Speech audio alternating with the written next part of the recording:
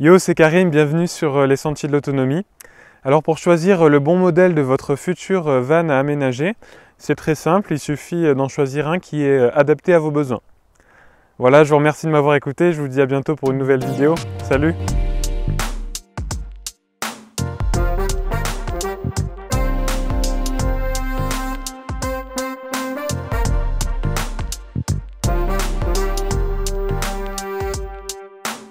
Bon, blague à part, je vais vous donner 5 conseils pour bien choisir votre modèle de futur fourgon à aménager. Alors le premier, comme je disais en introduction, c'est de bien définir vos besoins. Donc pour ça, je vous invite à vous poser quelques questions, à les noter sur une feuille, à y réfléchir, prendre le temps d'y réfléchir. Et la question, la première, la plus importante à se poser en ce qui concerne nos besoins, eh bien c'est auquel de mes besoins va répondre mon van aménagé. Est-ce que j'en ai besoin pour partir en vacances de temps en temps? Est-ce que j'en ai besoin pour faire un tour de France de chantier participatif comme moi par exemple? Est-ce que je veux vivre dans un van aménagé? Est-ce que je veux que ça soit ma maison? Donc voilà, ça c'est vraiment le besoin fondamental auquel peut répondre notre van. Et après, une fois qu'on a réussi à l'identifier, à le définir, eh bien, on va pouvoir se poser des questions sur nos besoins plus techniques, enfin sur les besoins plus techniques liés au van, comme par exemple combien de couchages est-ce que je veux avoir dans mon fourgon, est-ce que je veux avoir une douche, est-ce que je veux avoir de l'eau chaude, est-ce que je veux un aménagement qui est facilement démontable, est-ce que je veux avoir des vitres à l'arrière. Voilà, donc c'est des questions plus techniques, mais auxquelles il est important d'y répondre avant l'achat. Et de manière générale, c'est des questions qu'on peut se poser avant n'importe quel achat, car en se les posant, eh bien, on va acheter en fait des objets qui sont vraiment adaptés à nos besoins, du coup qui vont nous être très pratiques, très utiles. Et du coup, normalement, on aura moins besoin d'acheter d'objets parce que ceux qu'on aura nous seront très pratiques. Et donc, une fois que vous avez défini vos besoins, eh bien, moi, je vous invite à définir vos compétences en bricolage et votre temps libre. Donc, si vous n'avez jamais tenu une visseuse de votre vie, que vous n'êtes vraiment pas très bon bricoleur, et que vous voulez aménager vous-même votre van, eh bien, ça va vous demander beaucoup de temps. Donc ça c'est à prendre en compte, mais si vous bricolez pas trop, vous pouvez toujours demander peut-être à des parents ou à vos amis qui sont bons bricoleurs de vous aider. Il y a également un super site internet qui s'appelle poidsmobile.fr, je vais l'afficher là, où il y a une section sur la droite je crois, qui est chantier participatif de fourgon aménagé. Donc vous pouvez mettre une annonce sur ce site-là, avec une demande justement d'aide pour aménager votre fourgon. Donc vous décrivez de quoi vous avez besoin, sur quoi vous avez besoin d'aide. Et voilà, moi je trouve ça génial comme principe, comme idée. Donc c'est poidsmobile.fr. Et une fois que vous avez défini vos compétences en bricolage, eh bien moi je vous invite à estimer le temps que ça va vous prendre. Donc c'est jamais très évident d'estimer le temps d'un travail, surtout en bricolage. Moi j'ai pu l'expérimenter, mais de manière générale, ce qu'il faut se dire, c'est que quelle que soit l'estimation du temps que vous allez faire, eh bien dans la réalité ça va mettre plus de temps que ça. Donc je vous invite à faire une estimation à la hausse de ce temps-là. Et une fois que vous avez réussi à définir à peu près combien de temps ça va mettre, eh bien moi je vous invite à planifier ça dans un calendrier. Vous prenez un calendrier papier ou digital et vous marquez des journées où vous allez bosser sur le van, ce que vous allez faire ce jour-là, combien de temps vous pensez que ça va vous prendre.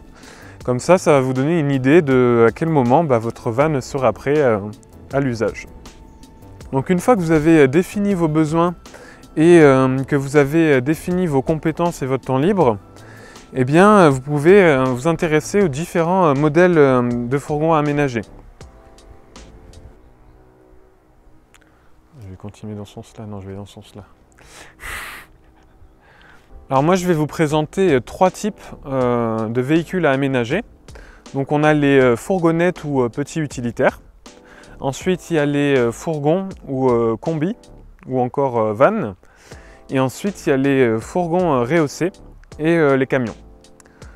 Donc dans les fourgonnettes, les modèles les plus pratiques selon moi, ça va être les Renault Kangoo, les Peugeot Expert, les Ford Transit Connect et les Volkswagen Caddy. Donc c'est des véhicules qui ont des volumes intérieurs intéressants. Généralement on a 2 mètres de longueur à l'arrière en avançant les sièges ou en les faisant basculer un peu vers l'avant. Donc possibilité de dormir à l'intérieur. C'est aussi des véhicules pour lesquels vous allez trouver, si vous n'êtes pas un très bon bricoleur, des meubles très pratiques avec des tiroirs, des petits réchauds intégrés sur internet. Il y a des fabricants qui font ça en France, des petits artisans. Donc l'avantage de ce type de véhicule, des fourgonnettes, c'est que c'est des véhicules qui ne sont pas très coûteux à l'achat d'occasion par rapport à un fourgon ou à un camion. Et c'est aussi facile à manœuvrer. En ville, voilà, vous n'allez pas avoir trop de difficultés à vous garer si vous avez l'habitude de conduire. Et aussi, c'est des véhicules qui font moins de 2 mètres. Donc vous pouvez vous garer n'importe où avec, vous n'aurez pas de restrictions à ce niveau-là. Et généralement, c'est des véhicules qui consomment pas trop de carburant, en tout cas moins qu'un van normal. Donc c'est vraiment des super voitures pour partir en week-end ou quelques jours, quelques semaines en vacances, seul ou même à 2. Mais pour des voyages plus longs, pour vivre à l'intérieur, pour moi c'est un peu petit quand même.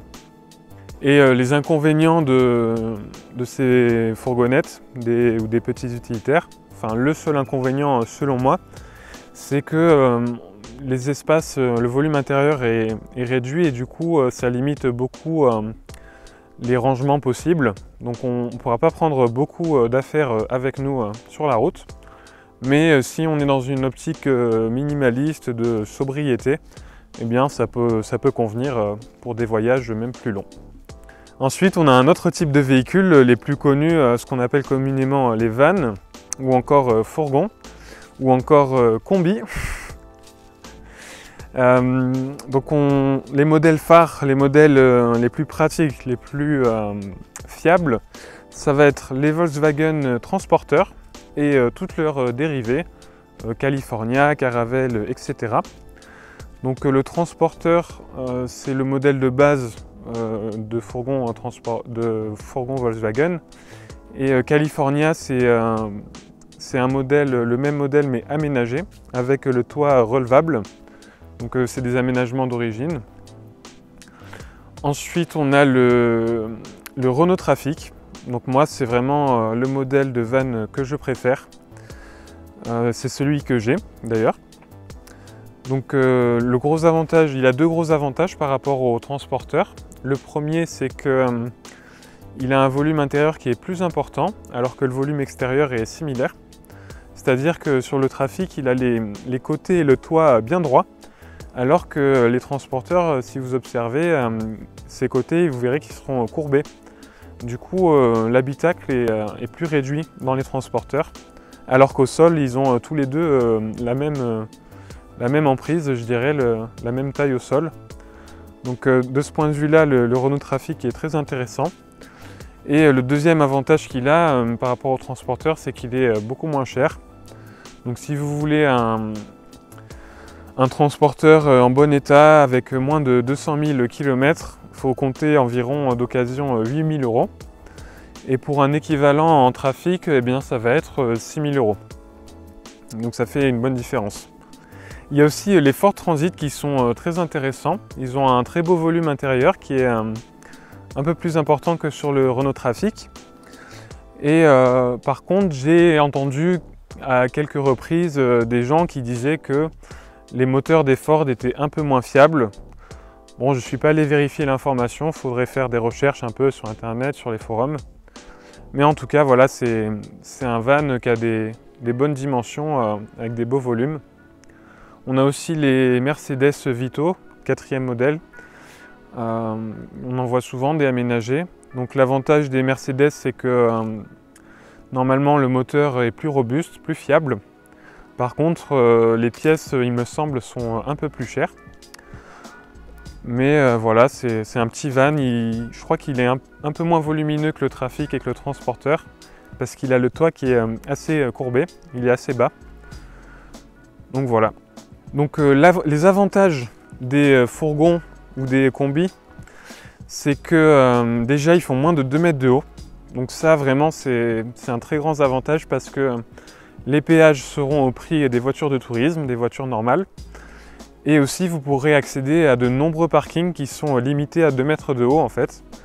Donc moi dans les Alpes-Maritimes, là j'ai pas mal fait le tour en van. Et il y a énormément de parkings qui sont à 2 mètres, voire à 1,90 m de hauteur. Du coup on ne peut pas y accéder et c'est dommage parce que c'est souvent des parkings qui sont calmes ou alors dans des coins assez sympas. L'autre avantage de ces véhicules, c'est qu'ils sont assez discrets. Donc par rapport à un camping-car, c'est beaucoup moins gros, c'est beaucoup plus discret. Vous pouvez vous garer en ville assez facilement et même à la campagne et sans qu'on remarque en fait que quelqu'un vit à l'intérieur. Du coup, c'est assez pratique pour ça. Donc c'est aussi des véhicules qui sont très maniables, faciles à manœuvrer. En ville, moi par exemple en ville, je me gare super facilement, en centre-ville, pas de problème. Et l'inconvénient de ces véhicules, des fourgons et des vannes, il n'y en a qu'un selon moi, c'est que l'espace intérieur est limité. Donc on n'aura pas énormément de place pour les rangements. Et aussi, surtout, on ne peut pas se tenir debout à l'intérieur. Donc quand on vit dedans à l'année, c'est pas hyper pratique parce que l'hiver notamment, quand on est souvent à l'intérieur, on ne peut pas se tenir debout. Et enfin, la dernière catégorie de véhicules à aménager, ça va être les fourgons rehaussés et les camions. Donc vous allez retrouver les 4 modèles que je viens de vous présenter en version rehaussée. Donc je ne sais pas si vous avez déjà vu, peut-être sur internet, le nom de ces modèles-là. Et après, il y a marqué des fois L quelque chose et H quelque chose.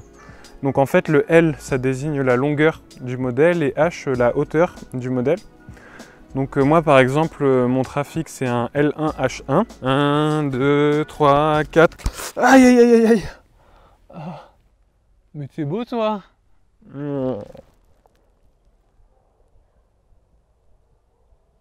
Peace, peace, peace, peace. Et la plupart des petits vans que vous voyez c'est des L1H1. Donc c'est-à-dire que c'est les plus courts et les plus bas de ces modèles-là. Mais ils existent également en L2H2, L3H3, je crois que ça va jusqu'à 3. Donc généralement en H2, eh bien, c'est rehaussé en hauteur, on peut se tenir debout à l'intérieur. Donc c'est très intéressant pour ça. Et après il y a des camions type 20 m3, camions de déménagement en gros, qui sont bien plus volumineux, plus difficiles à manœuvrer, mais qui ne nécessitent pas de permis particulier. On peut rouler avec un permis B. Donc c'est intéressant. Il y a d'autres modèles aussi de fourgons rehaussés que je trouve vraiment intéressants avec des beaux volumes et qui ne sont pas très larges. Donc on a les Renault Master, les Citroën Jumper, les Volkswagen Crafter, les Iveco Daily et enfin les Mercedes Sprinter. Donc les avantages des fourgons rehaussés et des camions, c'est qu'on a des beaux espaces, des beaux volumes intérieurs. On va pouvoir créer pas mal de rangements et prendre pas mal d'affaires avec nous. Mais les inconvénients, il y en a plusieurs, c'est que déjà on dépasse les 2 mètres de haut. Donc les péages sont tout de suite plus chers. Il y a tout de suite des parkings auxquels on ne pourra plus accéder. Un autre inconvénient, c'est que c'est plus difficile à manœuvrer, surtout en ville, plus difficile à garer. Et enfin, c'est des véhicules qui auront des consommations un peu plus importantes. Ça dépend selon les véhicules. Moi par exemple, mon Trafic il consomme en moyenne 8 litres au 100 avec l'aménagement. L'aménagement pèse environ 300 kg. Et j'ai une amie qui a un Renault Master avec pas mal d'affaires dedans aussi et elle consomme 9 litres au 100. Donc c'est pas une énorme différence, mais si on roule beaucoup, c'est notable. Donc pour conclure cette partie-là, je dirais que si vous souhaitez avoir un petit véhicule aménagé pour partir en week-end ou pour partir en vacances occasionnellement, seul ou même à deux, eh bien les fourgonnettes et les petits utilitaires vont être adaptés. Si vous voulez avoir plus de confort, que vous voulez une cuisine, que vous voulez un peu plus d'espace à l'intérieur et que vous souhaitez partir sur des plus longues périodes avec votre véhicule, c'est-à-dire plusieurs semaines, plusieurs mois, eh bien les fourgons et les vannes sont parfaitement adaptés. Si vous comptez voyager sur le long terme et faire pas mal de woofing, c'est aussi bien adapté. Et enfin, si vous voulez vivre à l'année dans votre véhicule, eh bien, les fourgons rehaussés et les camions seront vraiment bien adaptés.